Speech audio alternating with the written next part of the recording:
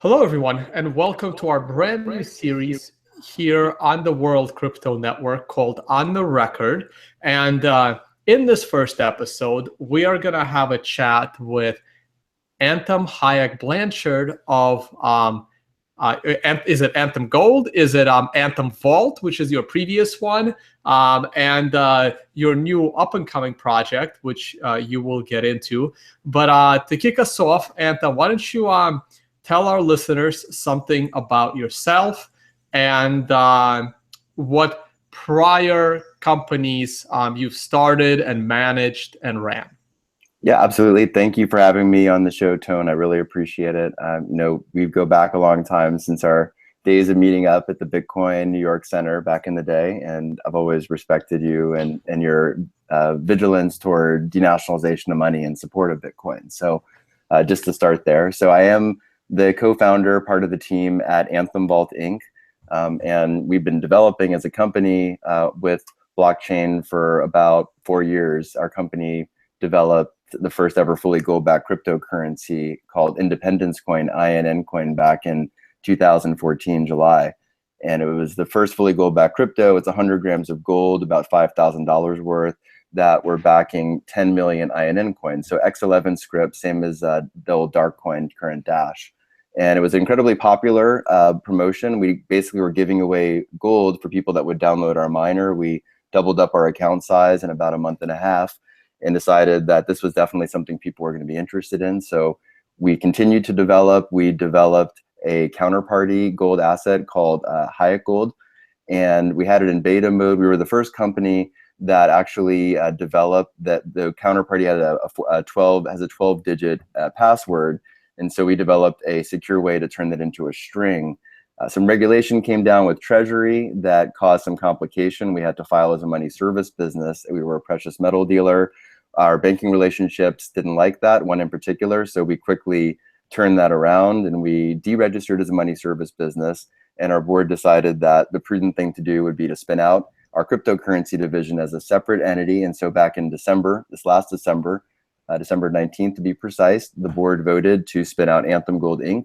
And so we're our own company. We're a Texas-based corporation, and we're out to actually make gold and crypto married as we intended 3.5, 4 years ago. So what happened to those former tokens, right? So you already described two prior efforts to tokenize with a gold backing. I mean, are those tokens live? Are they traded?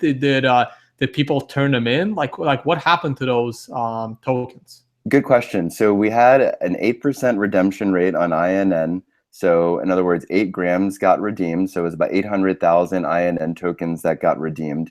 We had a lot of people asking for smaller denominations and people that still tell us that they hold these tokens. And so it was literally only ever meant for a promotion. So, and that was the whole intent, just a prototype. And so the next iteration we did want to launch, we wanted to hook it right into Anthem Vault. What we discovered was just how difficult it would be to maintain banking relationships with a money service business. And it was one of the points, the main point that prompted us for Anthem Gold. We're not accepting any fiat currency. So only Bitcoin, Ether, any other crypto that's out there that's non-fiat derivative. So that's really important to the model. And so that kind of gets into one of the reasons why we're using cryptocurrency to make gold payable again. Okay, okay, so some of that got redeemed. Did you like ship the gold out to those people that turned in their tokens? And like what blockchain, you mentioned counterparty as one of them?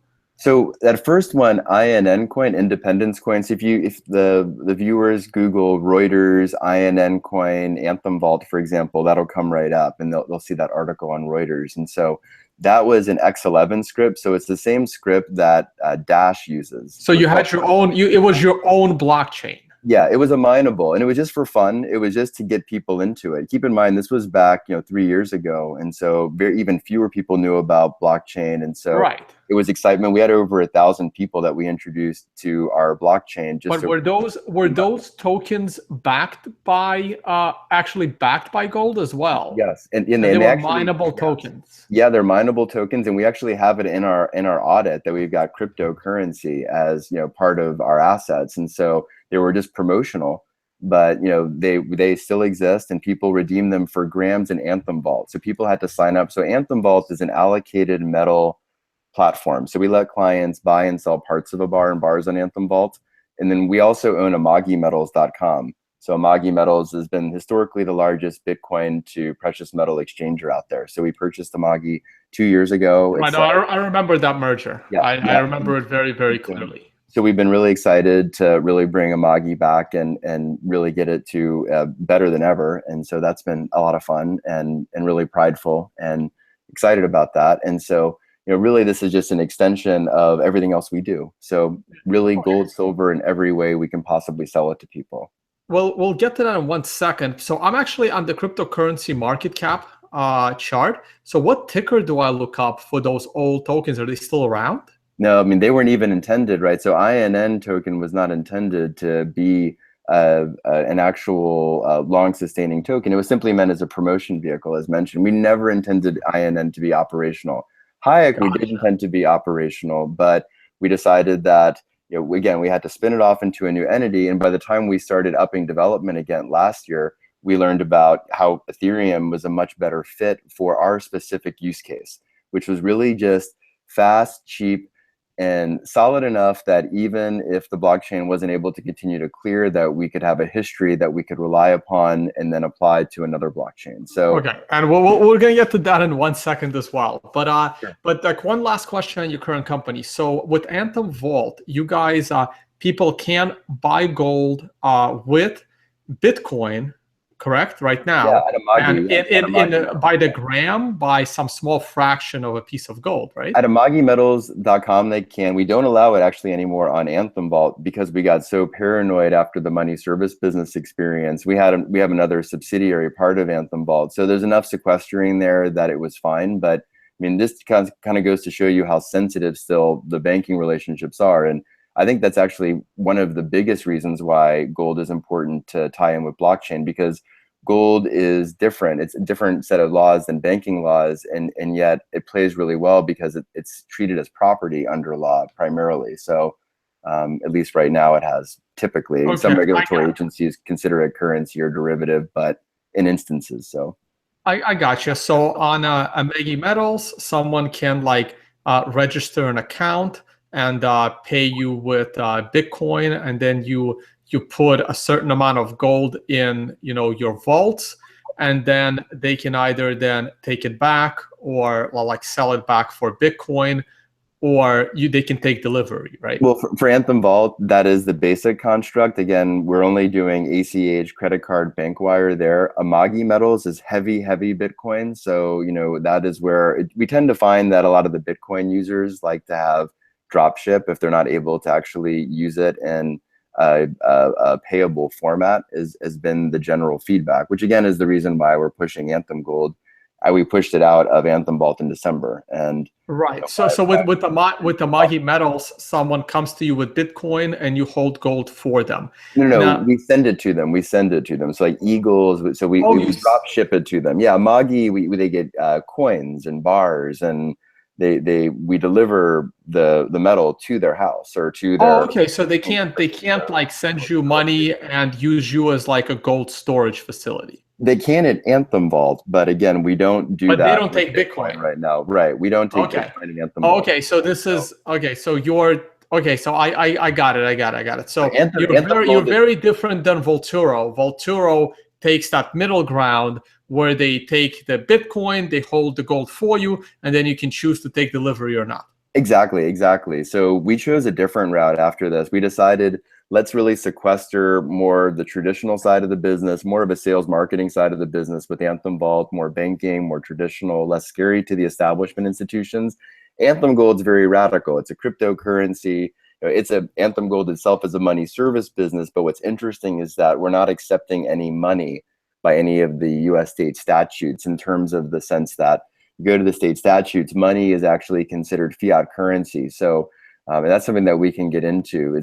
We've contacted. Yeah, because I thought, I thought Trendon Shavers lost on that ruling, and why he's going to prison running a Ponzi scheme where he never actually touched money. Well, I think he was running a Ponzi. Well, I know he was running a Ponzi scheme. I think you actually sent me that interview, and I did when I looked up this guy. I think it was an FTC issue. So he was stealing from people. You can't steal from people. I mean, if you steal from people and you get caught, you'll go to jail. If you're not stealing from people, I mean, in this case, it's actually a physical. There's backing behind each token. So it's all cryptocurrency. We're not accepting fiat currency. And so, yeah, we have a Department of Banking. We have a letter from the state of Texas Department of Banking. We've been in contact with the Nevada state government because we had registered Anthem Vault as a money transmitter there. When we described the activity we were going to be doing with Anthem Gold, they said, oh, well, it's not money. And if you actually go ahead and read the state statutes, that's the case. The companies that are money service business that have to register with all the US states, like Kraken, for example, or Coinbase, for example, they're companies that accept fiat currency and buy and sell cryptocurrency both ways.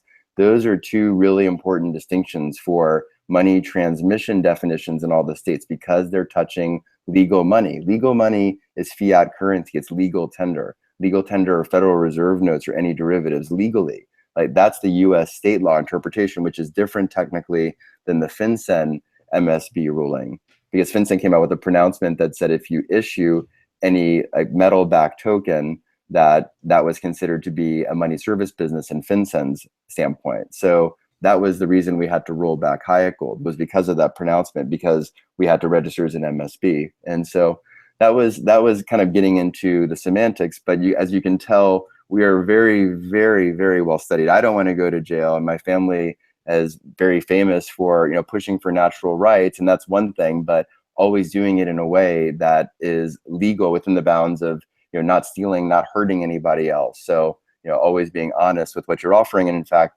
that's really how I'm used to winning in this industry. I mean, that's how we wanted Gold Money, really being the last person standing that really took a much more conservative approach when it came to approaching the law, statutory law. Right. Well, your middle name is actually Hayek, right?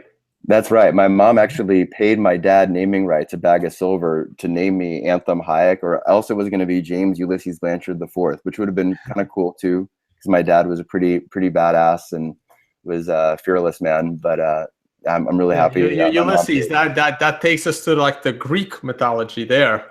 Yeah, he was quite the voyager and adventurer. So it would be appropriate, I guess. All right, so you've been in the gold industry for a while before Bitcoin even came around, probably long before. Yeah, 2002 is when I started. My dad was the 6th shareholder in Gold Money, you know, pre the Soros takeover 2 years ago. But yeah. So what is it about Bitcoin and blockchain that really caught your attention? And while we're on that note, what is your definition of a blockchain?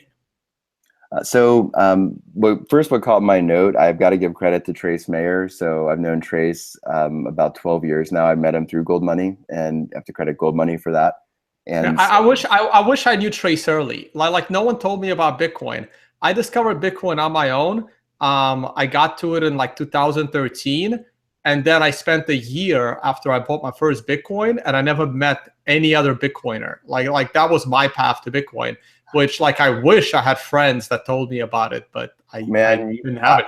I think Trace told me about first Bitcoin, I want to say late 2010, and I literally spent about 6-7 hours, I think, that day, and I'll remember it for the rest of my life, right? Because I was like, I hit that point of just, you know, I'll get to it later or something, and it just never did until like December of 2012. So when I, you know, Trace basically, you know, met up with him again and just talking to me about it again, and you know, so that really intrigued me. I think what's really intrigued me, I mean, I've had a really intimate experience with dealing with the Bank Secrecy Act and Patriot Act from my days with Gold Money. So Gold Money is an MSB, and you know that Patriot Act really got formed back in 2001. But bank secrecy goes back, you know, another good 30 years or so, and so at least, and so. This is really just an extension of that regulation, and so kind of understanding the centralized versus decentralized take, and kind of what agent is, and how the government treats kind of like a hub and spoke kind of system versus a decentralized system. And you know, it's kind of understanding some of those nuances and then the consequences of those nuances. So for example, the cost of opening up an account, like that's something that's cited in Bitcoin a lot, and it's important in cryptocurrency in general. The ability just to open up a wallet with only needing to have access to the internet on a cell phone opens up that financial service to billions of people, as opposed to a bank that requires some minimum know your client verification, might require an in-person visit. I mean, in like half of the world practically, those are way too high of a cost, a barrier of entry. So, you know, it really, and then the fees are incredibly expensive to maintenance these accounts, because there's just a whole lot of human interaction, and human interaction tends to be very costly. So when it's you know, needed in places where there's a lot of redundant transactions happening or activities happening, so that can be automated. And these things all attracted me. The accounting aspect of it attracted me, just understanding, just dealing with laborious auditors on, you know, our audits back at Gold Money. I mean, that's one of the things that I did back then, and I've been on audit committees before public companies. And, you know, I understand how laborious accounting, and also just how imperfect it is, right? You miss so much. So, I mean, the idea that you can have triple book entry accounting and instant verification and validation of a transaction, 100% reconciliation, I mean, these are revolutionary concepts. So, I mean, it's simple. It really is something that can't be digitally replicated at the end of the day, but all of the aspects that surround that functionality to me, you know, are just so wide open to in Right, but extension. But a lot of that functionality is just regulatory compliance, right? Like, what is it about blockchain that's actually solving that? Like, we're all in agreement that, you know, the regulatory system is like 20 years behind when it comes to technology, right? Like, Estonia seems to be the only country that seems to be getting it right, because they just did a complete overhaul of their entire country's digital system. But those are all regulatory barriers, right? Like, so what is it about blockchain that you find innovative? So there's something more than that. So you're right, good point. And that's just the practicality of it. I would say the real innovation is being able to have 100% assurance on transparency when you have the right variables for whatever the trust variables are and whatever you're doing. So in our case, it's metal bars, right? And people wonder, like, how do I know the metal is there? How do I know the metal is real? How do I know the metal is one-to-one? How do I know the metal hasn't been repledged? You know, how do I know the purity in the metal is accurate? How does a blockchain help you with that? Great question. So you can publicize all of this information in a third-party, you know, open database that is unquestionable, therefore, because it's not hiding on our database that we can then change. It's in immutable data, therefore. So that is really, really clutch. The key then is what variables you attach to it. What variables, like what technology do you basically apply to the metal to make it as transparent, transparent to the point that no one's made it this transparent before.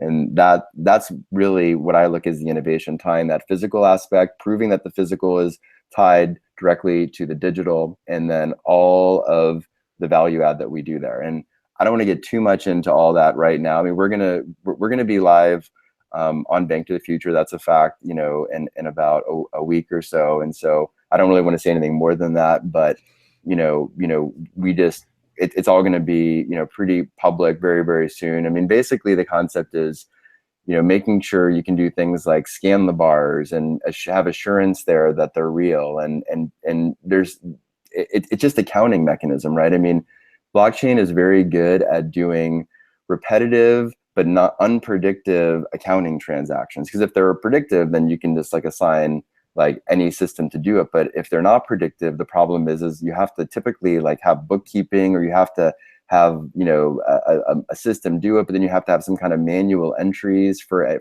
moving the bars in and out. I mean, there doesn't really exist, you know, that, you know, great of a system to be able to make this third party transparent. It just doesn't exist right now. And I think that really, to me, are the biggest appeals to using blockchain technology, aside from, you know, the peer-to-peer aspects of it. So, okay, well, I mean, excuse me, the peer-to-peer aspects of it from a regulatory purpose, to finish that thought, because that really is the important aspect from a regulatory standpoint, is the fact that it's considered a digital peer-to-peer transaction instead of a centralized transaction. Okay, well, my view on this is very, very different. I don't believe that a blockchain helps you with that. I think that, like, it's only as good as, I mean, again, how do people know like what gold bars you're scanning? Like, it's only as good as the data that goes into it. And I'm not sure that now that blockchain has thrown this buzzword into the air, trusted third parties aren't going to step up to the plate and offer insurance on this kind of data in a database to make sure that it hasn't been tampered with, the data. I mean, not the bars. It's really easy. It's really easy actually to verify. Just nobody's done it, and there's reasons for that, I think. But there's, you know, the main vaulting operators out there, the metal parts of their business is a tiny portion. The big parts of their business is cash coin logistics, and so they service banks as their primary clients, and that causes a conflict, because what you need for assurance in the cash management industry is different than what you need for assurance in the metal management industry. And so they're very simple things that you can do to have assurance. Just the fact of the matter is governments haven't wanted it, banks haven't wanted it, and so it just hasn't happened, because those are the entities that have had the big hoards of gold in the past. And so yeah, well, it also might not have happened because no one really cared enough for that, right? I mean, you basically trust these incumbent institutions not to mess with the gold, and even when they do, it's an institution, you know, the size of the U.S. Federal Reserve, and then nobody can actually do anything about it. Right, exactly. Whereas, you know, now we have the choice, we have the ability to, you know, have a currency mechanism, a cryptocurrency mechanism. So the distribution is very cheap, unlike the old days where you really arguably needed the hub and spoke systems of the central bank. God help me for saying that, but you know, that's really the reality of it. So, you know, you now have this efficient delivery mechanism that private entities can easily. We don't need a quasi-private entity or a public entity to offer gold cryptocurrency. So it's the beauty. It's liberating. No, okay. So let's let's move on. Let's see. But for this, you know what? Let's jump to this. Let me do a quick screen share right here. There we go. All right. So, and I'm gonna lock that in, so even when you talk, that screen remains. So I want to talk about, you know, the customer. So what problem you're actually looking to solve. So now you're looking to launch a digital token, and perhaps you can speak a little bit about this token. So you're launching a token that is going to be backed by gold, and you're launching this token on the blockchain. So maybe you can describe the token and also like why you're doing it and what problem you're solving. Yeah, absolutely. So the token is called an Anthem. Go figure. AGLD is the ticker. So, you know, I liked Hayek Gold. I was really pushing for it. We've been talking to a number of institutional investors. They love Anthem. We own the URL anthemgold.com. So we went with Anthem. So it's an Anthem. It's backed by 1 gram of gold. They're all kilo bars, LBMA certified bars that are backing the gold. It's always 1-to-1. It's an Ethereum asset. It's a very simple asset. So it doesn't have the complexity like the DAO, for example, or anything like that. So very simple. It's a 1-to-1, and it's 90,000 gas. Ether is the transmission rate, which is about 2 pennies right now, and it takes a few seconds typically to clear, or less, to confirm clear. So you know, that doesn't mean that Ethereum won't get more expensive. I think it will. You know, we've got 36-month cycles that we're going to be releasing new tokens, and for that last 6-month period, we're going to make them 1-to-1 redeemable, because you see, we're going to be front loading all of the storage insurance costs for that first 36 months, and then after that, that's when the seniorage, the insurance storage costs, will kick in. And so it's kind of a little bit similar in concept. You can think of like a futures contract, where when you hear the gold and oil price, for example, quoted on the radio or TV, or you know, on a website headline banner or something, that you're looking at a commercial, you know, tens of millions of dollar spot, you know, immediate delivery rate for that commodity. And so everything else is based on that rate in terms of smaller quantities. So, all right, can you just clear something up? So 90 gas of Ether. I'm not very familiar with Ether's denominations. I'm guessing gas is like, you know, the Satoshi level. It's like the smallest denomination of Ether. So 90 of those, which is about 2 cents. It's about 2 cents. So it's about a 4/10,000th of an Ether. So it's no, that's fine. That's fine. So that's for Ethereum, roughly. Ether. It's a small piece of Ether that is directly assigned to one Anthem Gold token, which no. So that is what it takes to actually transmit. Right. So so that's actually when you're transmitting it, that is the cost of transmission. Oh, okay. So that's the cost of transmission to send it around the network. Yeah. So how much gold, like for each token of, I guess it's the Anthem is the unit of account, right? In Mhm. this token. So so one Anthem corresponds to how much gold? One Anthem is a gram. So it's 1 gram exactly of gold. One Anthem is exactly So 1 gram of gold. How much is yeah. a gram of gold worth today? Like, I don't know, $20, $10? On the spot market, so it's about $40 a gram right now. 40 So bucks a gram. if Okay. now that's if you're buying like tens of millions of dollars worth in kilobar quantities, let's say. I mean, if you're buying Which is what you might be doing on your end. exactly like a bank does, or like the Shanghai gold market does, like large institutional investors will buy in these big blocks, right? Like anything, you buy big blocks wholesale and then you sell retail, right? So now that I mean, I was gonna get to this later. So is that one of your profit streams? You buy it in bulk, but then you sell it in small increments. So you're able to charge like a vig on top of every gram at a different price, and you buy it in bulk and you sell it in the smallest possible denomination. you got it. That's really our only VIG. I mean, longer term, you could say, the seniorage off of the demurrage off of storage. But again, as long as people keep exchanging into the new asset, and we're guessing the vast majority of people are going to be holding this on the major exchanges. So those exchanges we're imagining are going to be auto swapping to the newest asset is the idea, unless someone wanted to opt out and hold an asset that was like one of the original tokens.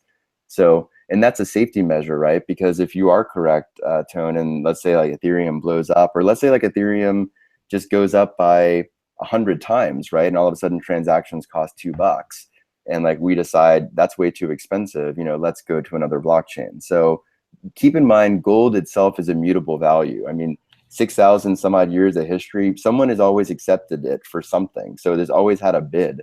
So, I mean, and that's today. I mean, today it exists. Billions of people trust it. Like whether they should or not for value is arguable. I mean, it's like super highly conductive. It's, you can make it thinner than any other metal. It's got some really good aerospace applications because of some of those qualities. And it's has a very low melting point, which is important because it allows you to reform it. And it has a unique color to anything else on Earth. Right. I mean, like, no. It's the different interview. We can talk about the properties of gold. I actually have a long discussion with Andy Hoffman on the manipulation of gold. You might be interested in. I got to shoot over that video to you. Well, there's a lot of validity with that. Especially, you could argue with mining companies in the central bank regime that you can actually overmine metal and you could actually, suppress the value of the price. So. Right. But all right, let's get back into the token. Okay, so you have this Anthem token, which corresponds to exactly 1 gram of gold. So what's your expectation for the value of this token? Do you expect it to trade above the spot of gold? Do you expect it to trade a little bit below the spot of gold? And the reason why I would think it might be below is because there is extra risk added to the system because they're not actually holding the physical gold, you are. And there are some costs involved here, like storage fees and potentially insurance, which I guess is storage fees. And also, it's on the Ethereum blockchain, which I know is all the hype and craze. But some of us, like, for example, if I was to hold on to this token, I would want it at a premium because I don't trust the Ethereum blockchain. So what is your expectations for the economic value of this token?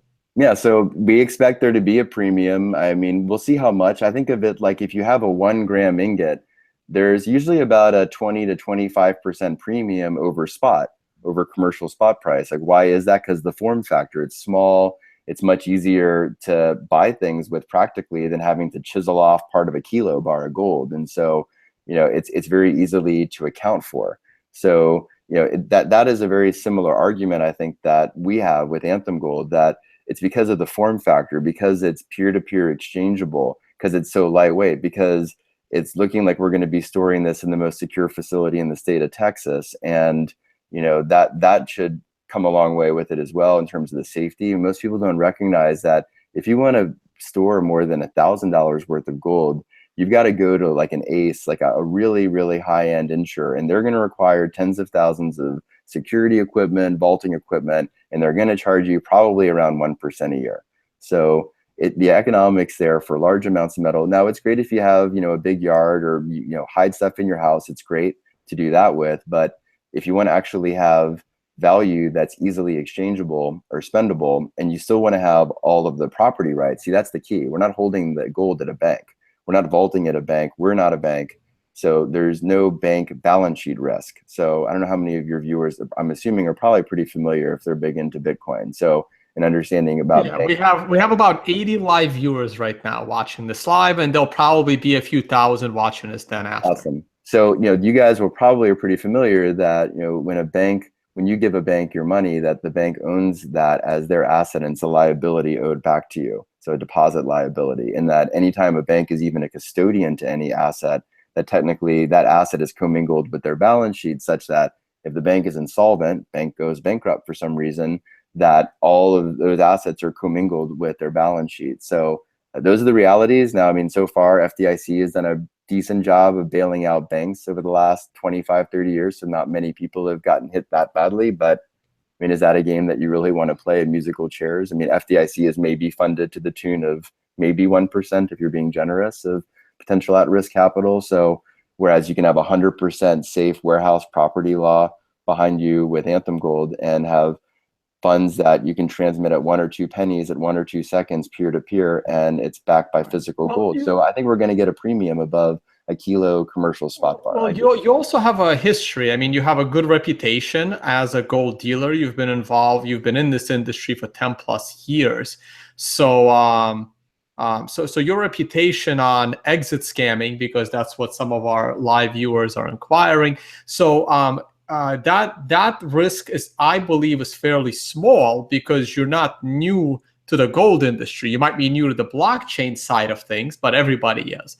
But as far as gold, you're not new to that industry. So that's just it's true. I mean, I know nothing and stay curious. I mean, I like to be the least smartest person in the room and smartest person in our company. We work with a lot of very intelligent people. And I have worked in private digital gold currency before Bitcoin, and I love Bitcoin. I think Bitcoin is the most valuable, important invention of the century. Why is Bitcoin so valuable? We didn't get to that. When I was asking you about blockchain, you didn't actually mention it. Why is Bitcoin so valuable to the world? Bitcoin is so valuable to the world because it allows for something to be unique and digital at the same time. And the reason that that is so important is that it makes it very, very, very difficult to make the asset confiscatable. So, and because it makes it very valuable, and so it makes it worth confiscating. At the same time, it makes it very difficult to confiscate because you're able to move digital assets around so quickly. So, that's a big advantage. Now you say with gold, you have just one big hoard of gold. That's true. I anticipate that Anthem Gold is going to be the first of dozens and dozens, if not hundreds, of companies around the world that offer a solid digital, gold cryptocurrency. And I mean, that's the hope, and that's what we're going to build toward, is establishing that sort of consortium and really fostering, best practices and embracing best practices. And I think that this is a huge industry. I do. I think that the accounting, the fact that you can 100% account and you can have that provable to the world. I mean, if Enron didn't prove the value of that, but 15 years ago or so, or 17 years ago, however long that was, I don't know what will. So, it's needed. Or 2008 or 2009, right? The banking crisis. I mean, how about the Pentagon losing $2 trillion in 2001, or admitting to that at least then? I mean, you can go on and on and on about yes. Okay, let's jump back in. And so, before we jump back into the technical side of things, so what problem are you actually trying to solve by creating a gold-backed digital token? Because my next question is going to be, are these tokens going to be bearer assets, or are they going to be somehow registered? So what do you mean by that? I mean, in the sense that, like, anyone that we issue the token to directly, we have to do AML, know your client, Patriot Act, level, know your client. Right. So basically, you guys have. When we issue. I'm sorry. Yeah. let me back up. So what is your what's the initial amount of these tokens that are going to be up for sale? Have you decided that yet? The initial amount, I mean, we haven't decided what we're going to do the ICO at. I mean, we're planning to do it at a discount in terms of what we intend to, what we're seeking in terms of a target price. So, I mean, that's... Well, isn't the target price going to be dependent on the price of gold at the time? It will be. It will be. I mean, it's really going to be a guess. I mean, really, the goal is to defend, what we think, will be the spot rate arbitrage there for us. Do you have a certain... Do you have a certain AUM, assets under management, you're looking to sell worth of when you go live with this token? It's incremental. So I mean, the idea is that we do it in tranches. So in that, in the early tranches, we might even have some at a discount to spot, just as a promotion, just on a very, very limited basis. So for people but that's not the question. It's approximately how much, $100,000 worth of tokens, $1 million worth of tokens, about. I mean, gold trades of 50 billion a day. I'm hoping we do 1 billion the first day. I mean, I don't think it's going to happen, but I'm going to aim for it. I mean, I'd like that much oversubscription, and right. But if you get that kind of flood in the value of cryptocurrency, you have to then immediately turn that value around and purchase the physical gold and get it delivered to your vault, right? You got it. I mean, and gold trades $50 billion a day. I mean, but you're not okay. So you're not 50 billion a day. So as long as we don't get $50 billion worth of value, I mean, the key is how long does it take the gold to get delivered into the vault? I mean, if you're talking in tranches of 20 million, let's say. So you're gonna. Right, so you're going to sell the token first because you don't know how many you're going to sell. So you actually have no limit. As much money as people put in, you will then turn that money around. I mean, the money in the form of cryptocurrency, right? You'll take Bitcoin, you'll take Ethereum, you'll take, is that it, or are there? Exactly. You'll take whatever. Bitcoin and Ethereum right now. I mean, we want to keep it to the more liquid right now. So I mean, it might be Dash. Okay, so let's say Bitcoin. Let's say Bitcoin, Ethereum, right? Let's say you go live. I don't know. I'll pick a random date, June 1st. It doesn't really. I'm just picking a random date, right? So on June 1st, your token goes live. Your ICO goes live. Anyone can buy in. I mean, you'll have a discount in the beginning to get more people in. So let's say you get $10 million worth of cryptocurrency in the first week. So you immediately gonna use that value to buy gold in the open market, and you have lots of connections to buy it through I guess Anthem Vault, through your other companies you're involved in. That's not a problem. No problem. Acquiring gold for you is not a problem because you've been in the industry. Okay, so you're gonna buy the gold afterwards. Okay, so that answers the question that you don't have a predetermined set of tokens or ounces or grams, I guess, that you're looking to sell. Okay, exactly. So now, once you sell them, you can only sell these things to KYC'd investors, correct? So the people that are going to be buying them have to go to your website and register their identities with you before you can issue them a token, correct? At Anthem Gold directly, yes. I mean, on a cryptocurrency exchange, they need to be compliant with theirs. Now, someone can still open up an Ethereum wallet, and it can be an open wallet. So someone can go to a coin store, right, and buy a coin. Let's say that let's say you bought it with a coins with $10,000 worth of cash, so it'd have to be reportable. So the coin store then reports, because it's a cash over 10,000. But now let's say that person then sells the cash to somebody else peer to peer. So that is the coin store's responsibility. So that's the very same way that the law applies here too. And so if you're at somewhere that you're issuing or redeeming, or it's a centralized company that's allowing an exchange from one asset to the other, then there's an obligation there. Let's back up. Because let's say I am interested in the ICO. I want to be the first guy with that token, right? Do I need to register my identity, or do I just send you the Bitcoin and then you send the Anthem token into my wallet on day one? So with Anthem Gold, you're going to have to register your identity, but then you could transfer that token in theory to another wallet. And Right. So the initial, okay, so that's where I was going with this, right? So the initial investors that get that discount on the ICO, they need to register with you that they're buying it. they have to, yeah, that's the law. Right. So I But mean, after that, I'm open to sell it on an exchange, and my friend can anonymously buy your Anthem token. well, probably, I mean, if the exchange, probably not. If the exchange, is compliant, they probably are going to have ID. So like that, no, they probably are going to have to ID on like, what is it, cex.io or Polynix. How do you? Assuming that we were on those exchanges, but they have minimum KYC requirements. So, But how do you control that? Like, is Poloniex? Are you familiar with Poloniex? yeah. Would Poloniex be able to add the Anthem token on their exchange? Possibly. I mean, we've got really senior level CAMs, certified anti-money laundering experts. I mean, we know all of the best people there. So, But Poloniex doesn't KYC. I mean, I've used Poloniex. I've been able to withdraw. You can withdraw up to $2,000 worth of value on Poloniex. With nothing other than an email address. That's great. Well, then that's probably the same thing for us too. Then, so I mean, I don't want to say I'll 100% it with our CAMS experts, but whatever any other altcoin can do or crypto can do, because we're not accepting fiat currency at Anthem Gold, so it changes the complexity a great deal, at least when it comes to U.S. state law. So.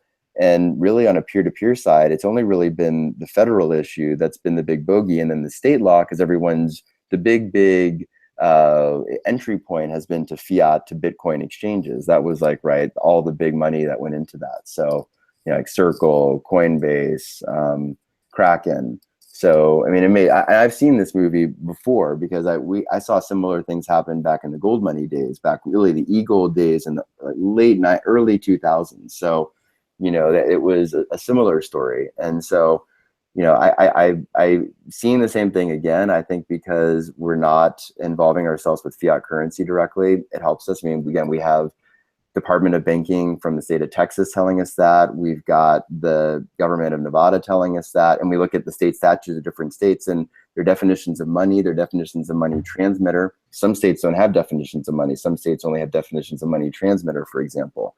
And they all involve with fiat currency, bank drafts, different derivatives basically of fiat currency. So it's important to understand the law and the statutes ultimately of these different states to find what these words mean.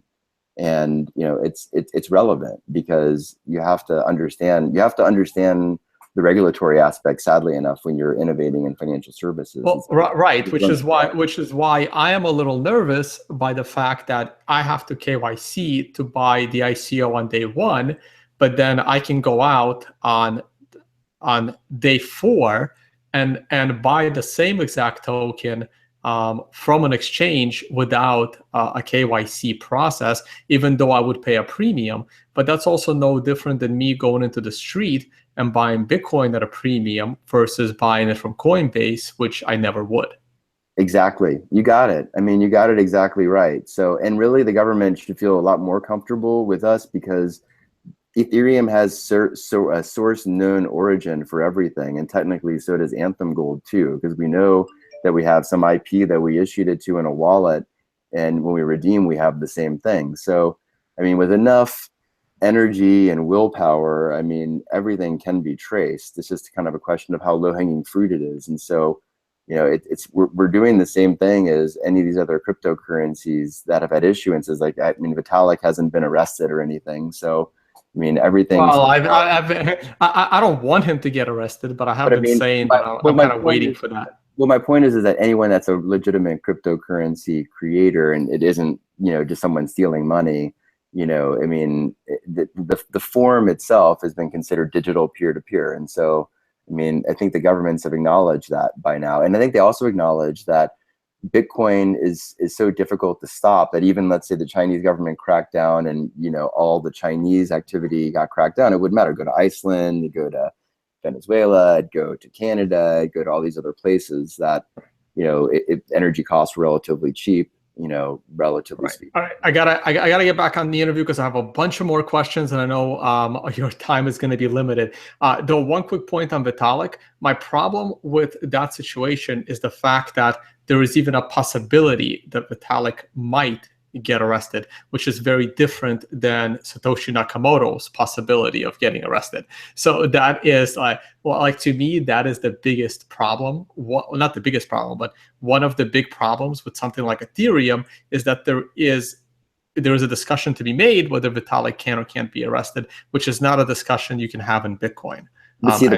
But see, the problem, right, is that for the governments is that if they arrest Vitalik for creating Ethereum, let's say, then they've got Dash, Monero, Bitcoin, of course. I agree. Well, not Bitcoin. That's the problem, right? They well, can't. No, exactly, though. They can't. But see, that's the problem that they have. So I would argue that, that they don't want to make Bitcoin more valuable because they have even less control over Bitcoin. So they have to tacitly say, hey, this is a peer-to-peer. Okay, yeah, that's one way to look at it. No, I I definitely see a point on that. I mean, my dad defied government. I mean, he smuggled gold from Canada when it was statutorily illegal. He was in a wheelchair, he's paraplegic, and he was in Washington, D.C., like carting around with a bar of gold for a year plus, and threatening the government to arrest him. So, like, I mean, when you're not hurting anybody else, if it really is a natural right, and you have in our case, we actually have the statutory sign-offs. Like to your, I think, insinuation, like governments can change their mind all the time and do.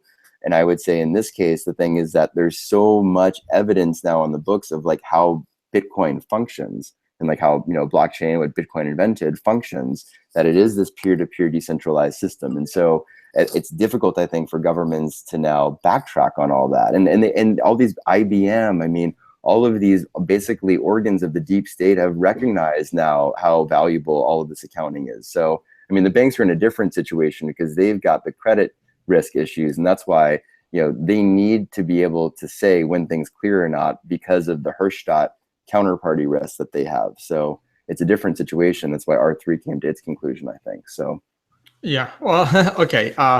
That's definitely a sidetrack for a different day. Okay, so let's get back to what problem are you solving with this token? Like, why have a token backed by gold? Like what problem does it solve? Because I can tell you what problem Bitcoin solves. It looks like Ethereum has solved the problem of people launching ICOs. That seems to be the only solution so far that Ethereum has provided. The jury is still out whether that's a good thing or a bad thing. Like, I clearly understand the problem that Bitcoin solves by having an anonymous enough, immutable enough. Well, it's been fairly immutable, fast enough, a token on the internet. But what problem are you looking to solve with this token? So this token gives the fastest to confirm, fastest to clear, cheapest to clear relative to how robust it is network, and it gives people access to gold in the most valued jurisdiction, and I would argue the most trusted jurisdiction right now, just given the amount of value that's in the US right now. So, people in Africa, people in Asia, people in South America, people in North America, people in Europe, people anywhere around the world that have internet connection now have access to the most well-insured, the most LBMA certified, the highest quality, the best security, the most viewed, the best assurance metal in the world. And they only need like an internet connection and like less than $1 worth of value. I mean, that's the other beauty. Like, we don't even have the payment fee issue that Bitcoin has right now. So because of Ethereum, I mean, even if Ethereum goes up, another 20, 30 times, it's still going to be less than $1. So, and we only have to deal with Ethereum for at least another 31 months because that's when the next gold token will be issued. So we have a mechanism there to protect ourselves from a massive ramp in the gas price of Ethereum.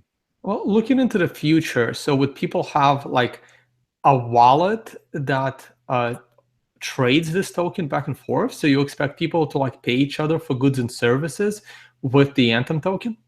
I think I can see it being used for microtransactions is because it's so fast and so cheap, and because its gold itself is immutable, so it's going to hold relatively more stable, I think. Well, can we back up on that on cheap, right? Because if the lowest denomination is a gram, that's like 40, like you said, that's about $40. Oh, no, but we can devise. No. That's not the lowest denomination. That's just the unit. Like a Bitcoin is whatever, Okay, $1,000 or something got like it. that. So Okay, so that's your unit of account. Sorry. Yes. I'm sorry about that. The Yeah. unit of account on your token is 1 gram, but it can be like almost Like a like 10 billionth of an divisible ounce, all the like way 10 down. billionth of a gram. Exactly. I mean, there's really no limit. I mean, we can have the next token go to a trillionth of a gram if we want. So the key is to always make sure there's a little bit more metal that's in the vault than there is digitally. Okay. And here's the thing, you would always be able to issue more tokens because people would always be able to log on to your website and register themselves to buy more tokens. So the price of your tokens on you, for example, one of my problems with Dash, my problem with Zcash, my problem with Steemit was that they significantly restricted the supply of tokens out in the market. Barry Silbert is having the same problem with the GBTC ETF that you can buy in your E-Trade account, and it trades at like a 60-70% unreasonable premium to Bitcoin because he's restricting the supply of the tokens, and his supply is not meeting the demand. This is what happened with Zcash, Steemit, Dash is doing this with their stupid masternodes, but in your case, the value of your token can't actually, pump and dump because someone can always arbitrage by KYCing and creating more tokens, right? Well, here's the thing. I think that I would say realistically, I mean, again, I expect there to be a lot more gold tokens out there. Now, how many of them will have the assurance that we have? I mean, we plan to, create. Well, I only care about your token. I don't care about the others, right? There's already scams doing exactly what you're doing out there now. You can buy. There are hundreds and hundreds that we've heard from, and that's always. And again, I've known that was going to be the case too. That happened in the digital gold currency centralized world too. So, I mean, at the end of the day, I think it's how much supply is out there and really differentiating ourselves with innovation. And so that was always a pledge that I've kept to, is to continue to innovate. And through innovation, I think you can always establish a premium. I mean, that's like what Bitcoin. Right, but you plan to create almost an unlimited supply, right? Because it's like an ETF, right? Think of it like an ETF. Think of it like an ETF, but like a more well-functioning one, where like the actual units being issued and redeemed are actually on schedule with the demand, instead of like a pent-up demand where it creates like a more artificial premium like you're talking about. This one is more like a GLD ETF, except the gold isn't rehypothecated and have 3 banks in between, the trust and sub-trustee. Right. So, I mean, like, again, because like if, for example, right, you create a bunch of these tokens, like let's say you create $10 million worth of value worth of gold-backed tokens, but then you stop issuing new ones, but your tokens are floating around, and demand builds up, but there's no way to create new tokens, and now your tokens backed by gold are trading at a premium. So that's that actually might happen if the regulators come to you and say, hey, you can't issue any more of these tokens, and now you got a bit of an issue on your hands, no? Well, no, I mean, if you issue, I mean, as people are buying and people are, as we're issuing more AGLD and as we're redeeming AGLD, we'll be buying more kilogram LBMA bars and selling more. So, I mean, again, like the gold market, it trades like a top 5 or 6 like fiat national currency in terms of volume. I mean, it's like $22 trillion a year. I mean, it's no. I believe you. No, I believe you. No, I'm just talking about numbers. Like those are like, that's what actually happens. So right. No. I'm just talking about like your intention to. You'll always, like, unless the regulators come to you and say you can't issue more tokens, you will perpetually keep issuing tokens as long as new money is coming in to your company through the KYC channel. I want more tokens, and people will do this for arbitrage purposes, right? Because if the value of your token is becoming a little high, someone will say, hey, I'll arbitrage this. I'll go and pay Anthem directly. I'll issue new tokens, and I will sell them on the open market at a premium, creating, stabilizing the value of your token back to approximately the value of a gram of gold.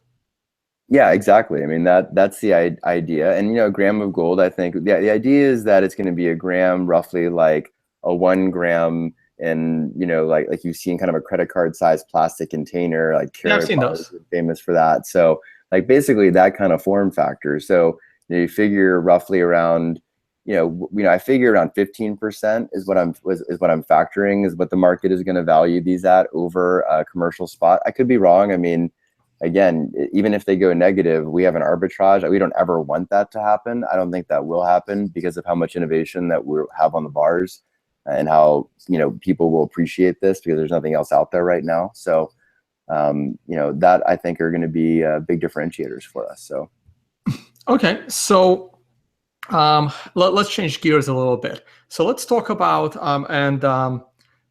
this is from one of the slides that you guys use to show your competition. This is the former competition, I guess, centralized competition. So how are you not at the same risk as eGold, let's say? Because eGold was before my time. All I know about eGold is that it was an electronic currency backed by gold, and the government wasn't happy, and they just came and arrested people and took the gold. So does that worry you at all?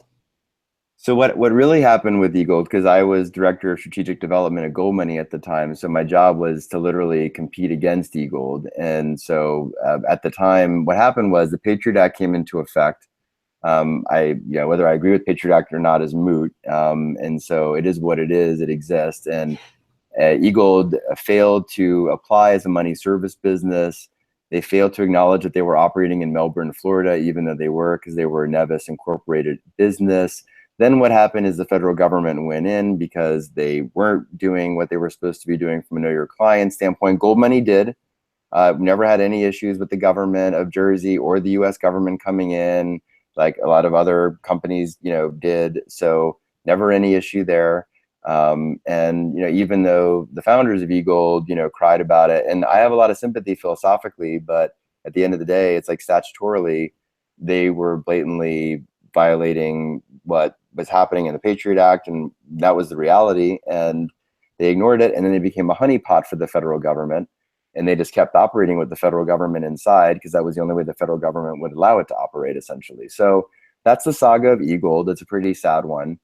We can go to the other slide if you'd like to. I mean, I have a lot more sympathy for Liberty Dollar, but there was another case where I hate to say it, but and I think Trace Mayer even talked about this recently, and maybe in Acapulco or somewhere. I think I saw him recently talk about this, of Edwin Vieira, who's a PhD Harvard constitutional money scholar, written actually one of the books that I've got hoisting my laptop on right now is one of his Pieces of Eights volumes, and basically told Bernard von Nothaus to not call Liberty Dollar a dollar, not try to say things like, in God we trust. I mean, he just all these things, sued the U.S. Mint. I mean, the guy was, definitely. Yeah, no, but that was a different situation, because the reason why I want to focus on eGold is because, and I know you answered it already, but I just want to mention it. But once you issue people these Anthem tokens,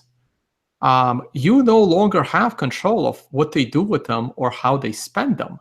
So I'm still trying to see what the difference is between what eGold did versus what you're working on, other than eGold even sold them the initial token with no KYC, AML regulation.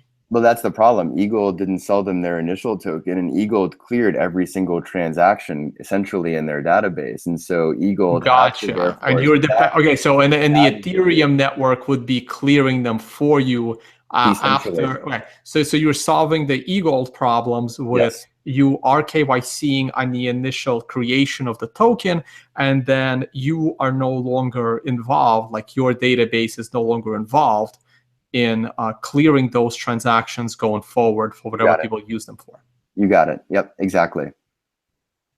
Okay. No, I understand that. I mean, I hope that's regulatory compliant, but honestly, I have absolutely no idea. It is. I mean, again, we've got CAM certified experts. I don't want to go to jail. I mean, people can look. I'm probably the most easy to Google name on the internet, Anthem Hayak Blanchard. So you're only going to find one. So you can Google Anthem Blanchard and gold, tons of stuff will pop up. So, we've had a prestigious reputation. My dad helped push for the legalization of gold ownership in the country. He was, parents created the largest gold business in the world, still operates under the second owner now. And so it's a family, we've had a tremendous rich history of trying to push for denationalization of money. So, I love Bitcoin. I love cryptocurrency. I love private currency. And I think that there's a place, I think billions of people already trust gold as value. I mean, there might now be tens of millions in Bitcoin and cryptocurrency. I'm not sure, but if people really are passionate about trying to get people into cryptocurrency and trying to get people away from government currency and banks, which seems to be a passion cry in Bitcoin on the whole, then they should really be advocating for gold and blockchain, because billions of people already get gold. Like, you have to, a friend of mine said, you have to touch the heart to reach the mind. And so you have to touch people where they're already at. If you don't do that, your cost of acquisition, your cost of adoption is going to skyrocket. So this is an opportunity for all of us. Even if gold is just a transitory value now that Bitcoin has been invented, at the very least, you have to admit that billions of people already own it and view it as value. And there's trillions of dollars of gold that's being held as sort of value, that's being held by government central banks right now. And so at the very least, you have to argue that that value needs a new home that's outside of that banking system. And we have a way to do that at Anthem Gold. So we have a potentially ultimate bridge to Bitcoin, is what I would say to all of the snarky messengers on the forum there. So Right. All right. So let's finish up. I have a very little. We're about to get just finishing touches with personnel, but I just want to get one more thing on the record, since this is the podcast. People would be able to redeem these tokens back with your company and take physical delivery of gold if, let's say, if it's in a kilogram bar or something, like if they have enough tokens, right? So is there a mechanism for them to, for you to ship them the gold that they own by giving you the tokens? And I'm assuming there is a KYC process if they want to send you the tokens and send them to your wallet, and then you just ship them the gold. Correct. Yeah. So if someone wants to redeem the physical gold back from Anthem Gold, then they have to KYC again, and then that's the redemption process. So that's again coming from. Is there a minimum size in gold? Minimum, maximum sizes in gold they would need to do that in? It's a kilo bar, because everyone has to be treated on the same playing field, or else people are going to redeem the smaller sizes first, because the smaller sizes claim a higher premium than a bigger size per ounce. So correct. So everybody's in kilos, so you can redeem 1 kilo at a time. Directly at Anthem Gold. Now, anywhere else, like let's say Amagi Metals, because again, Amagi Metals is part of Anthem Vault, and Amagi is one of the oldest acceptors of Bitcoin in the world for precious metal dealing. And so, anticipating Amagi Metals is also going to be accepting Anthem Gold and AGLDs very shortly, just like it accepts Bitcoin, and we're going to be enabling Ethereum here pretty soon, and maybe some other crypto too. So, gotcha. So one thing on Ethereum. So I'm fully expecting Ethereum to fork again. When Ethereum decides to go proof of stake, I believe that there will be a big enough community currently in Ethereum that would have no interest in giving up their mining and going proof of stake. In that situation, what happens to the Anthem token? In terms of the situation, like if Ethereum hard forks between Ethereum Work, ETW, I had that name for a while now. So ETH is staying with Vitalik. I mean, Vitalik is looking like he's about to have a mental breakdown or a physical breakdown. I don't know if you've seen what Vitalik looks like lately. He got skinnier.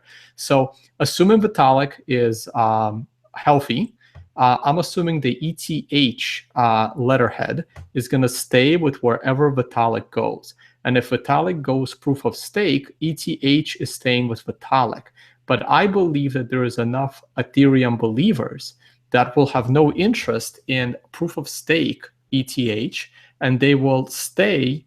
So the ETC will be doing its own thing, and ETH will split. There'll be an ETH and probably an ETW, with W standing for work, like mining, like in Bitcoin.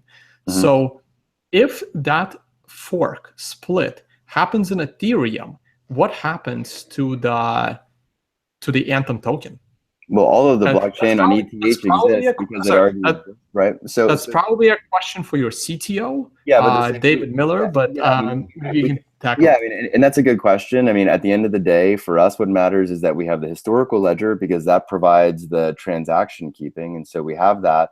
And then the question will be, what is the fastest, cheapest mechanism that we can record the transaction on? I mean, it's just that simple. So, I mean, it's just that simple. So, I mean, we're just using it as a mechanism of exchange and a mechanism of delivery. So those are our requirements. I mean, and we have storage of all of the old blockchains. So even if something crazy happened and somehow all of the old ETH ledger somehow got wiped off globally, I mean, we have a copy on our own. You guys are keeping the entire Ethereum block. You guys are keeping a copy of the entire Ethereum blockchain. Yeah, you're running a node. You're running an Ethereum node. We're running a super node, yeah, with AmbiSafe. So AmbiSafe has been responsible for a lot of the big projects in blockchain, at least getting them off the ground. And so well, just so you know, the Ethereum blockchain is already bigger than the Bitcoin blockchain, and it's growing at a faster exponential rate. So keep that in mind, but I'm sure you guys are aware.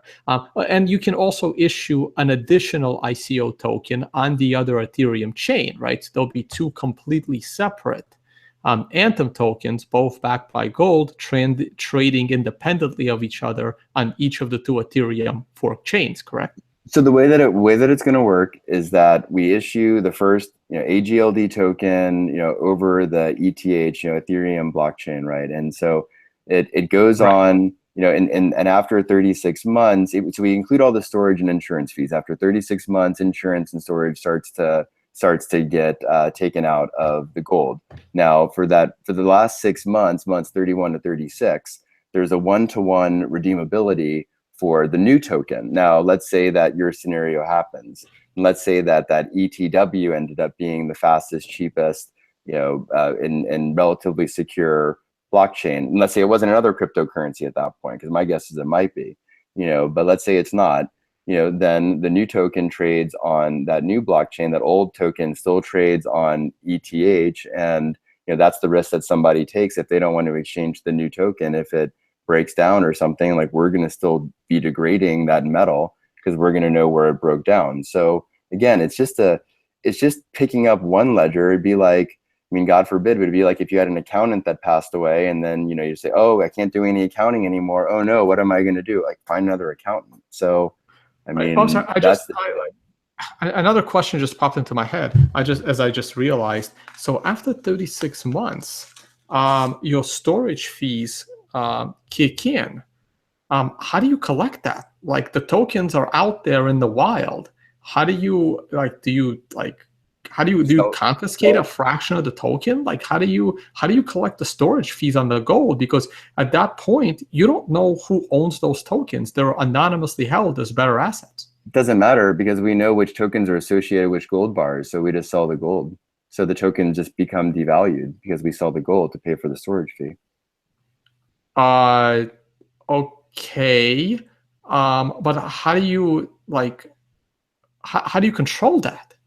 We hold all the gold, and we know what each one of the tokens, what bars are associated with. So right now in our accounting system with Anthem Vault right now, for example, we do this accounting manually already, where we have a reconciliation where we have all these bars, and technically, even though in the terms of service, it's an unspecified portion of bars, from the accounting system standpoint, it technically does have to allocate like what slivers go to which accounts, and it's constantly readjusting as bars are getting bailed out and bailed into the system. So we're just applying that same function, except instead of knowing the individual, it's just knowing where those tokens are from a hash, and then being able to say, okay, of all of these hashes, this is all of this gold are tied to all these hashes. Now there's the new issuance. After month 36, we need to start degrading, and then got it. So each token would have a history of the existence of that token, right? Yes, exactly. And after 36 months, let's say after 48 months, that token is no longer worth 1 gram of gold. That token is worth 1 gram of gold minus 0.09%, it looks like, or something like that, based on the paper I'm looking at right now. Yeah, 36 basis points is what we're estimating right now. Okay, so it eventually becomes, okay, so here's the other problem, right? Isn't that, you said earlier that this Hayek token is like infinitely divisible, or divisible by like 100,000. So that means each of those sub parts of the gram are also being I guess, are also picking up a 0.09% yearly fee. Okay, right? Okay. I'm a little confused here, right? Okay, so since one token isn't 1 gram, how do you one token keep track of all that? Well, that's the blockchain. I mean, that's the accounting mechanism of blockchain. I mean, I guess that is what it allows you to do. I mean, I'm not sure I understand. So blockchain allows you to literally do all full accounting. So you can tie, for example, a physical asset, you could tie, you can put an identifier on that asset, right? You can then create a digital marker, and then you can tie that to all these other digital markers that are out there, and then, as other bars get bailed in and out, then those get assigned and reassigned. We're only going to be issuing this first token for the first 36 months. After that, it's not going to be issued anymore. In 31 months after we issue this first token, we're going to be issuing our next AGLD token. And then that will also be the storage we paid for, again, for 36 months up front. And so all the snarky comments in the message system, so from months 31 to 36, you can do a one-to-one redeemability, and you still don't have to pay for storage. If you're at like a big exchange, we're guessing that the exchange is going to do that mechanism itself, and you're going to say, okay, everyone, let's do this redemption mechanism that will have that built in, that people can just do an easy opt out. So sorry, Anthem. My confusion now stems, like, in 5 years from now, there will be all these, fractions of an Anthem token, and all of them have been devalued at different rates from different times. So almost no two fractions of an Anthem token are going to be backed by the same amount of gold. So you're right. You're right, because the newer ones are going to be backed fully 1-to-1. The later ones can't be, because you have to pay for storage and insurance. I mean, are you familiar with the concept of a futures contract? No, of course I am. I mean, I trade futures. No. Okay. So how many different futures contracts are there for crude oil, just WTI? How many expiration dates are there for futures contracts, would you say, roughly? Yeah. No. What do you think? There's probably about 25. Okay, 25. So that's exactly the same concept here, and right, it's longer dates in the future to demand delivery. That's not very confusing. But it's not the same. It is this. Yeah, but when you listen to CNBC, you're like, when they quote a price, right? They quote that nearest delivery future, right? Yeah. Yes, they quote the nearest delivery, right? But I know that as a futures trader, right? But the average person doesn't know that. Exactly. So the average person is just going to be seeing our newest token.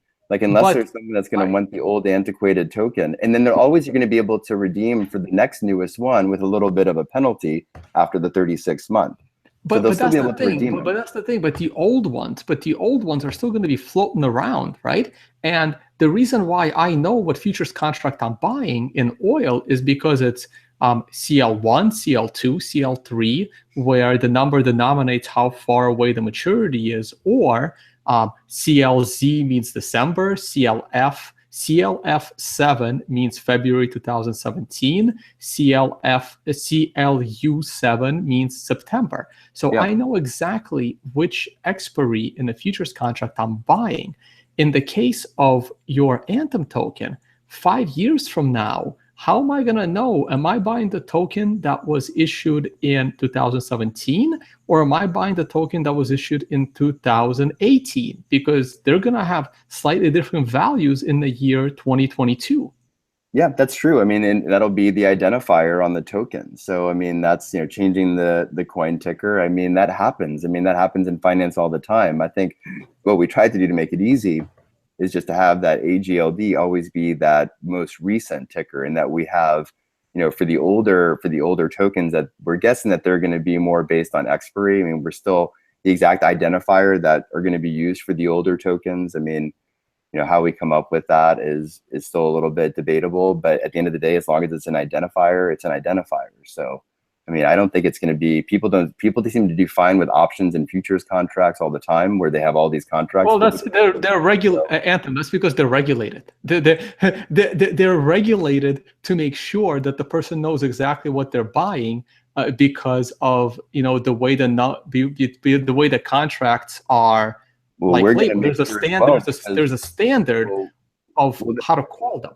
Well, right, and that's like, you want to do that as a business, so it'll be easier to identify people will purchase it more easily. So I mean, that's exactly what we're doing too, right? So each round you issue would actually have a different ticker token name, so they're not actually going to be interchangeable, right? Well, they will be at Anthem Gold, because we can through you. They'll be interchangeable through your central, and likely also through exchanges too, if they're holding a big pool of the new token, and they have the old token, and then they do a swap. So, I mean, that, practically speaking, I'm imagining it's going to be like clients that hold stock in street name versus not street name. Like, most people are going to be holding the tokens at other exchanges, and most people are not going to be buying the tokens directly from our company, is what I'm predicting. I mean, we'll have big wholesale tranches out, but that most of this will be like an at the market mechanism for a publicly traded company that's just selling shares onto the open market. Like, that's what we're anticipating. People already like the exchanges that they're on, so on the whole. So, I mean, we don't have to re-engineer that wheel. That's the concept. Okay, so let's finish up. I do want to get to these two questions really, really quick. I know that I wanted to keep this to under an hour, but nothing I do on video ever makes it, like, it's always double the length. But I just want to ask you about like some of the people that you have. So your CTO, I believe that the CTO in any crypto project is more important than the CEO, because this really is all technology. Like, the CTO of Facebook is probably more important than Mark Zuckerberg at this point, and potentially was for a long time. So I just wanted to ask you about the background of your CTO, David Miller, and also your advisor, Andrew Yaschuk, who is listed as Factum. And what was it about Factum that you felt was something that they're doing right, and why they're what expertise is Factum bringing to the table? Yeah, so I mean, Tim Draper just invested in Factum in October. He's a pretty well-known venture capitalist. I think his dad invented the venture capital model. I think he's been a pretty big supporter of Bitcoin too. I like it for the same reason that Hal Finney back in 2010 said that he thought that there would need to be secondary layers on Bitcoin, that ultimately you need faster and you need lighter weight networks for applications that you don't need the level of security on. And I like the concept that, things like a notary type chain that, you can leverage off of some of the security of Bitcoin, but at the same time, not have to have all the heavy duty weight and not to have all the expense ultimately. As a business person, that's how I think. So, that to me was very valuable. Mike Dupree has also been pivotal, and he's the EasyBit owner, largest Bitcoin ATM network in the world. We've got a number of other board advisors as well. Big people in the Bitcoin community. There's a lot of people that have expressed a lot of interest in the Ethereum community. A lot of the big players that would like another liquid option. So I think Bitcoin's at about 16 billion market cap, Ethereum, 4 or so. So 20 billion market cap total. Gold trades more than that in a day. So, I mean, that kind of liquidity that we bring to blockchain by adding gold to blockchain, anyone that really loves blockchain and Bitcoin as a technology shouldn't be a hater about it. But that's, those are different, right? Like gold, it doesn't matter how much gold trades. I mean, that's all paper gold, right? That gold isn't actually changing hands. That's just most of that volume is in paper and futures contracts. I mean, all Bitcoin is arguably on gold. is I mean, you have like what BitMEX, I guess, derivative. Well, no, but the market cap of the 16 billion of Bitcoin isn't how much is being traded. That's how much. That's the market cap, there. right? So, well, yeah, the market cap. we should be comparing market caps and volumes are very because you're comparing gold's volume versus Bitcoin market cap, and they're so gold is maybe, I don't know, depending on estimates, 7-10 trillion, depending on who you talk to, I guess, but. I mean, you're talking orders of magnitude of thousands of times still. I mean, it's a great thing. I mean, gold is not a fiat currency. I mean, gold has protected people for millennia from governments ravaging their currencies and taking over their currency. It takes the energy of two stars colliding. I mean, we're not talking petahashes, terahashes. I mean, we're talking way bigger than that. I mean, billions, trillions of times of energy more that it takes to replicate gold. I mean, those are the facts. No, I agree with you. All right. Oh, sorry, we're off the topic again. You were talking about your CTO's experience in blockchains and what is Factom Advisor? What is the Factom Advisor bringing to the table?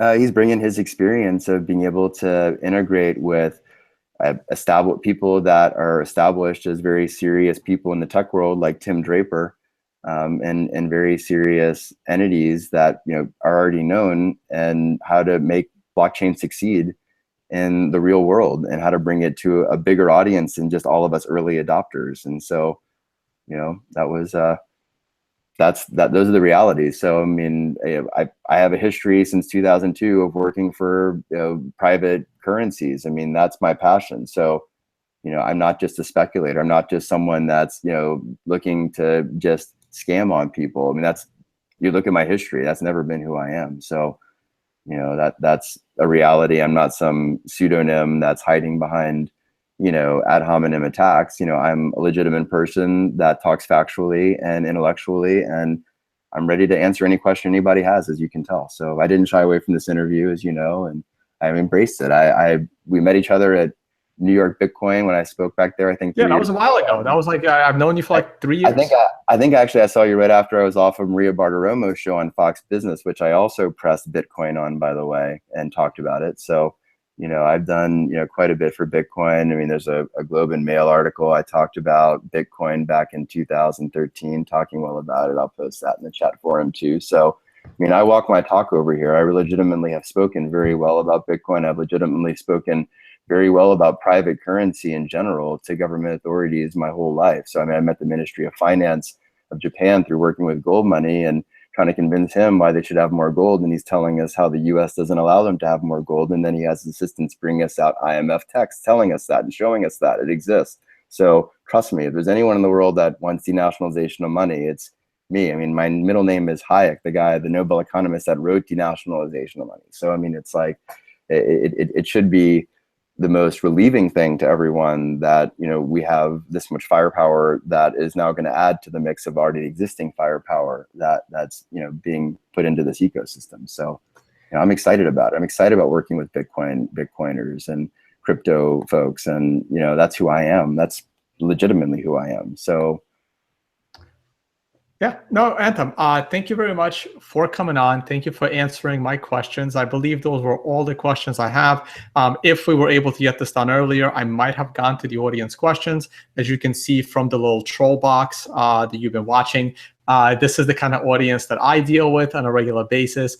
But thank you so much for coming on and answering these questions. Please send me any links you would like me to post in the description of this video, and it's actually going to be available immediately on the World Crypto Network. And just go ahead, tell everyone one more time where they can find you and where they can learn more about your project. Check us out. AnthemGold.com is the smartest way to check us out, to sign up for a wallet. That way you're going to get all the updates. So if you're really into it, you're not going to miss out. You'll get everything first. So if you want, check us out what we're doing right now on the Anthem Vault side. I mean, obviously you see Anthem Vault and Amagi Metals, but really, if you're into gold cryptocurrency, go to AnthemGold.com, sign up for an account. That's the best way to check us out. And tweet me if you'd like. So reach out to Tone if you'd like, and he'll give you information on how to reach me. And I embrace. No. Please do that. Please don't do that. Everyone is reaching out to me. All right. Anthem Hayak at Twitter. Anthem Hayak at Twitter. So don't do that. Reach out to me directly. So I'm happy to communicate with you. So or reach out to us. From Anthem Vault support, and I'll reach out to you that way too. So thank you. I appreciate it, Tone, very much. Thanks for having me on. So it was a lot of fun. So. Appreciate it. No, thanks, Anthem. And maybe we can follow up in, I don't know, maybe in about a year or two when a token is up and running. I'm actually really curious when you issue your second batch of the token. I would love to see how you plan to standardize different denominations of the token, as they're like at the moment, they'll both be under the 36-month window, so they are perfectly interchangeable. But when one of them starts getting a fee and the other one isn't, even though the fee is small at 0.09% a year, is that a year? That is kind of small. It's 0.36 per year, yeah. So about 36 cents per $100. 36 cents per $100. So when you need to make a distinction between the tokens, I would love to revisit this conversation, because that is actually very fascinating to me as to how that can be done in this decentralized world of the Ethereum blockchain. Yeah, absolutely. Again, we're just going to take off a little bit of that gold and sell the physical gold that we have on that original token. So that's how we intend. But definitely, I'm excited. You'll see the user experience on that. It's all a big experiment at the end of the day. I mean, we bring a lot of thought into this. I mean, again, we've developed a ton on this with Anthem Vault, with blockchain. There's been a ton of functional, practical development and feedback that we've gotten. We're just attributing all that to this rollout. So thank you for this is helping us make our product as good as possible. So I appreciate, all of the critical feedback and the critical questioning. It's important. I need to be able to answer these questions sufficiently. So thank you. All right. Well, thank you very much. And until next time, thank you for watching our very first episode of On the Record here on the World Crypto Network with your host, Tone Vays. Thank you for watching, guys.